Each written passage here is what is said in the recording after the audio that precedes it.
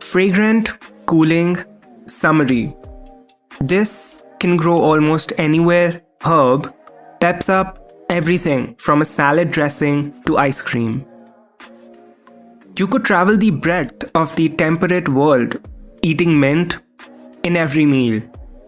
In England, you'd have lamb with mint jelly. In the Alps, you'd sip minty liquors.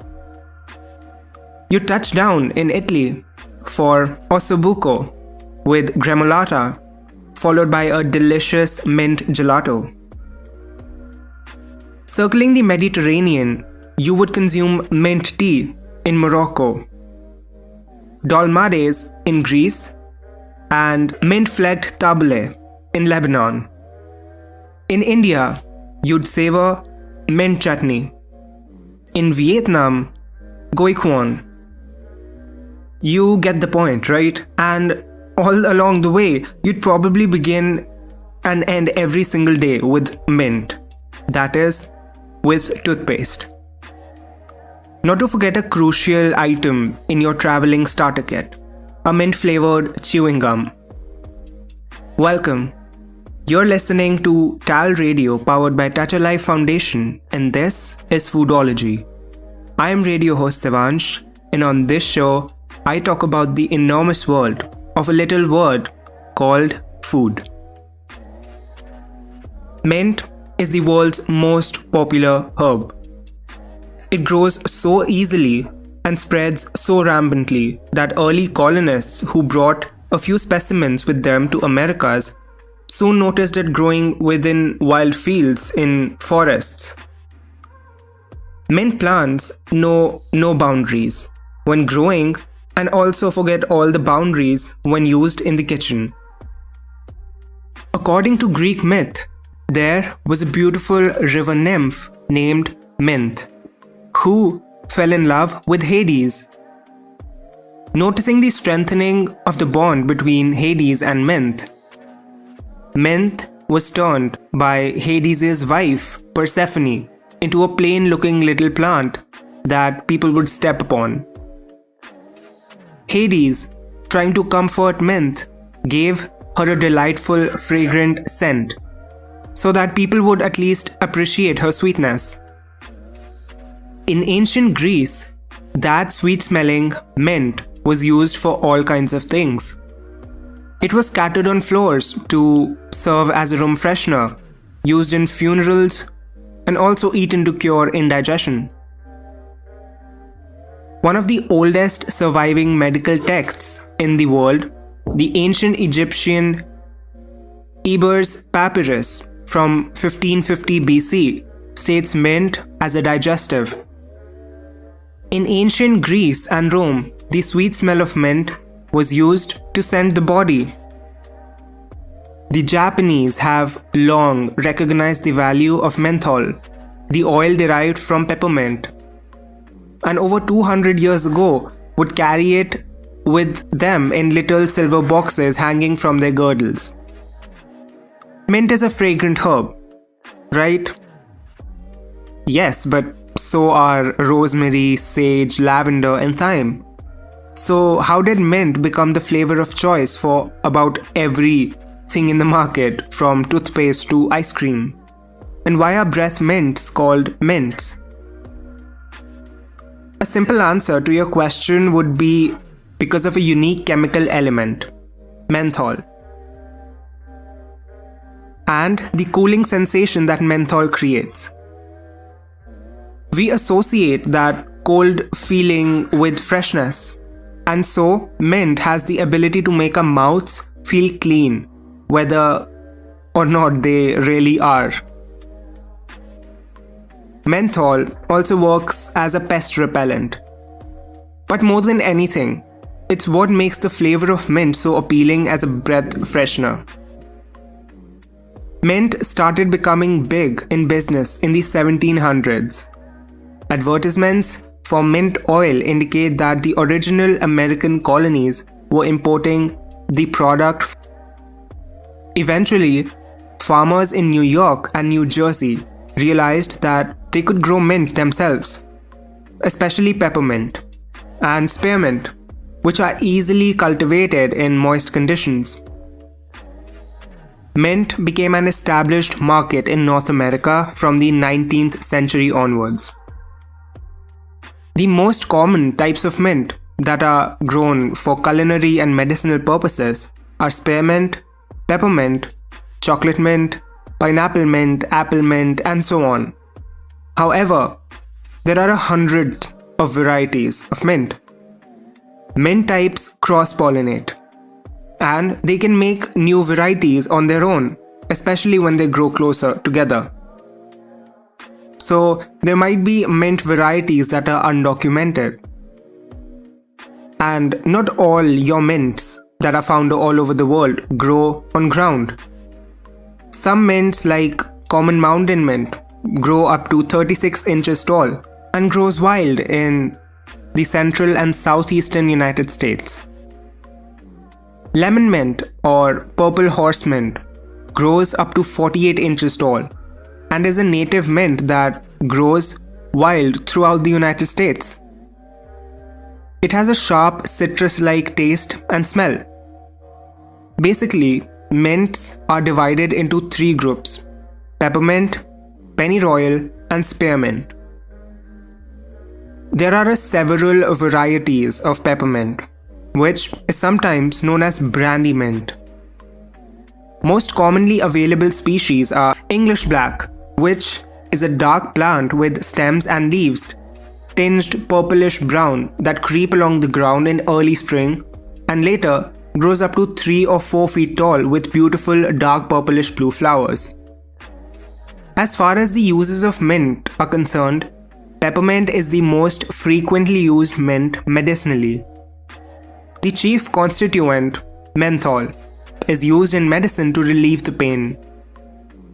So is the mint that is used in chemical laboratories the same as the one we use in our kitchens?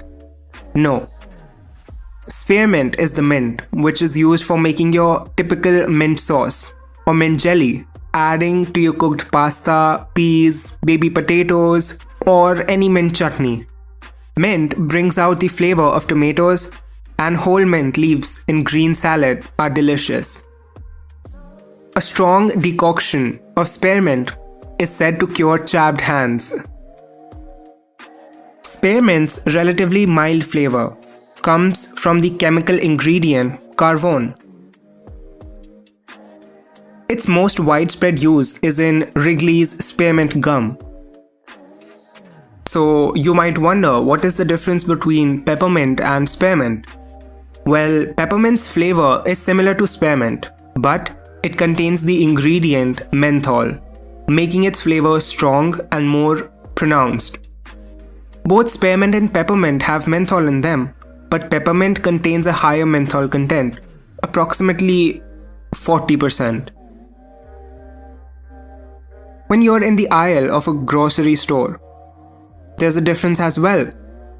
Mint extract is a mixture of spearmint and peppermint, whereas peppermint, which has a higher menthol content, is purely peppermint extract. There is a milder peppermint known as bergamot mint, orange mint, or mint eau de cologne. This one is the most fragrant of all peppermints. This herb has dark green leaves with purple along its edges. Its delicious fragrance is retained when dried, making this mint an excellent addition to potpourris, fragrant lotions, and perfumes. Peppermint is the most extensively used of all mints, both medicinally and commercially. It is not used in cooking because of its strong flavor, but when taken as a tea, it is highly therapeutic for many ailments. Pennyroyal, the other category of mint, is sought after because it is a strong mosquito repellent. One of its common names was flee away. It is a creeper. For most of the year, it clings to the ground, with every small tentacle forming rootlets and creates a dense aromatic mat of glossy leaves.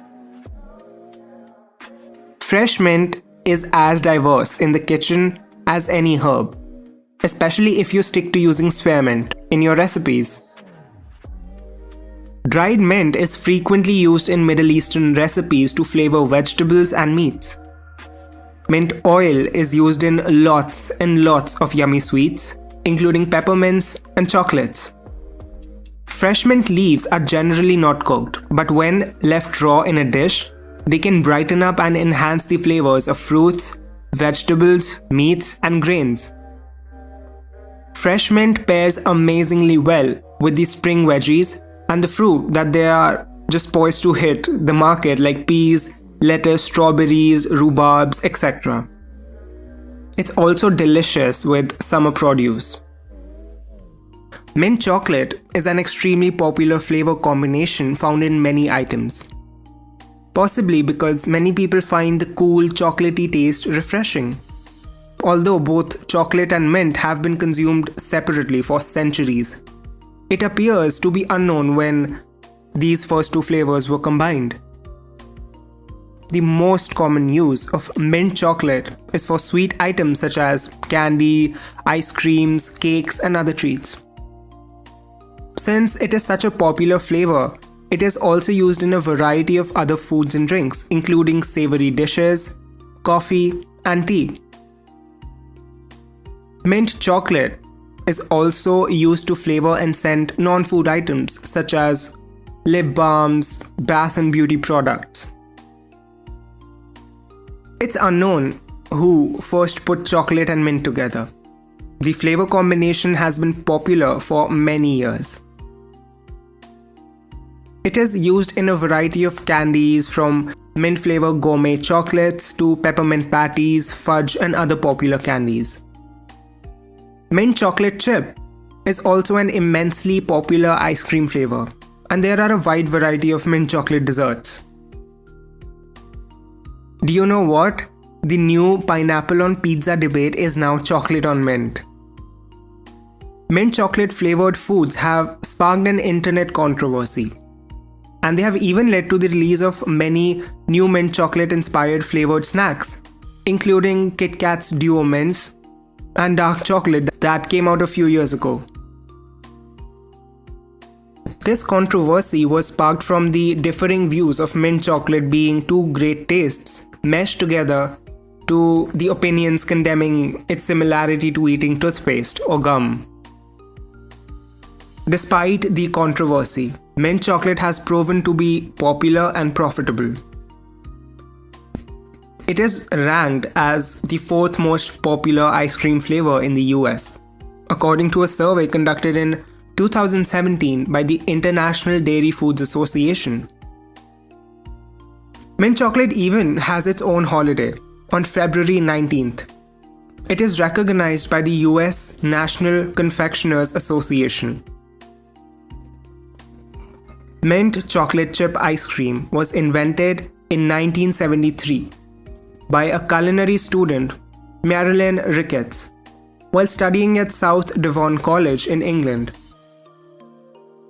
She entered a competition to provide an ice cream dessert for Princess Anne's wedding to Captain Mark Phillips at Westminster Abbey. The dessert was originally named Mint Royale. Marilyn got a silver cup for her efforts, and we got our first taste of one of the most popular ice cream flavors. Not just in foods, this herb is also incredibly delicious in cocktails and other beverages, like the Mojito, made with rum, mint, lime, and sugar. The Mojito has had an interesting journey from invention to one of the most popular drinks of today's generation. Even though the Mojito has conflicted origins, it is said that the original Mojito was a medicinal drink to curb disease on the island of Cuba. A moonshine rum-type alcohol was mixed with mint, lime, and sugarcane syrup to ward off illness. When pirates invaded Cuba, the drink was introduced to Pirate Drake, where he promptly used rum in place of Cuban moonshine. The drink took on the name of El Drake until it became the Mojito. Mojo is an African word for magic, which we all know can happen once you've had a few mojitos. No matter what the true history is, this drink is making current day history all over the world. Another drink worth mentioning is the Mint Julep. The Mint Julep, a cocktail made from a mixture of bourbon, sugar, water, and mint, is often associated with horse racing. It has been the official drink of the Kentucky Derby for almost a century. Mint juleps have a long and often debated history. It's widely believed that the name of the drink comes from a Persian word gulab and the Arab word jalab, both of which translate to rosewater. The term julep was also used to refer any type of syrupy drink mixed or taken with medicine. As early as 1784, mint juleps were prescribed to soothe aching stomachs and help patients who had difficulties in swallowing. A legend claims that the mint julep arrived in America when a man was searching near the Mississippi River for water to add to his bourbon. When he saw mint growing in wild, he decided to drop a few leaves into his drink. And there you have it, a mint julep. Most historians agree that mint julep was developed within Virginia high society during the late 1700s or even the early 1800s. Crème de menthe is a liqueur made by adding mint leaves or extract to neutral alcohol, after which it is filtered, sweetened, lightly aged, and bottled. As with many other liquor categories, it was originally used as a digestive, developed in France by Émile Giffard in the late 1800s. Green versions of this drink get their color from either maceration of mint leaves or from a natural or artificial coloring agents. We all wonder, why is it that we have mint with lamb, apples with pork, cranberries with turkey, and lemon with fish, and so on? How did the tradition of these very specific fruits and very specific herbs with meats begin? Well, in medieval times, there was no clear distinction between savory and sweet dishes. Why?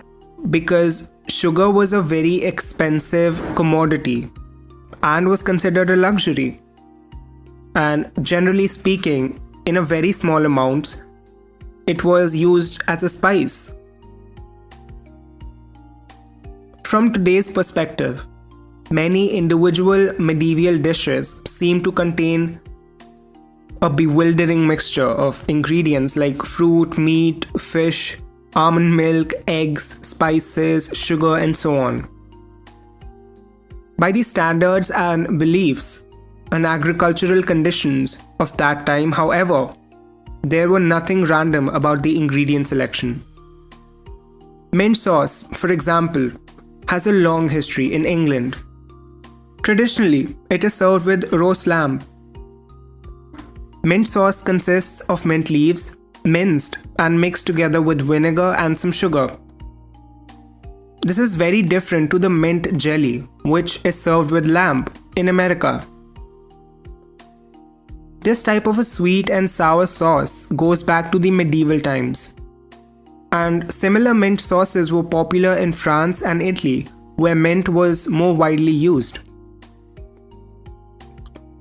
Tradition has it that in an effort to slow down the consumption of lamb and mutton to protect wool trade, Elizabeth I decreed that lamb and mutton could only be eaten with bitter herbs.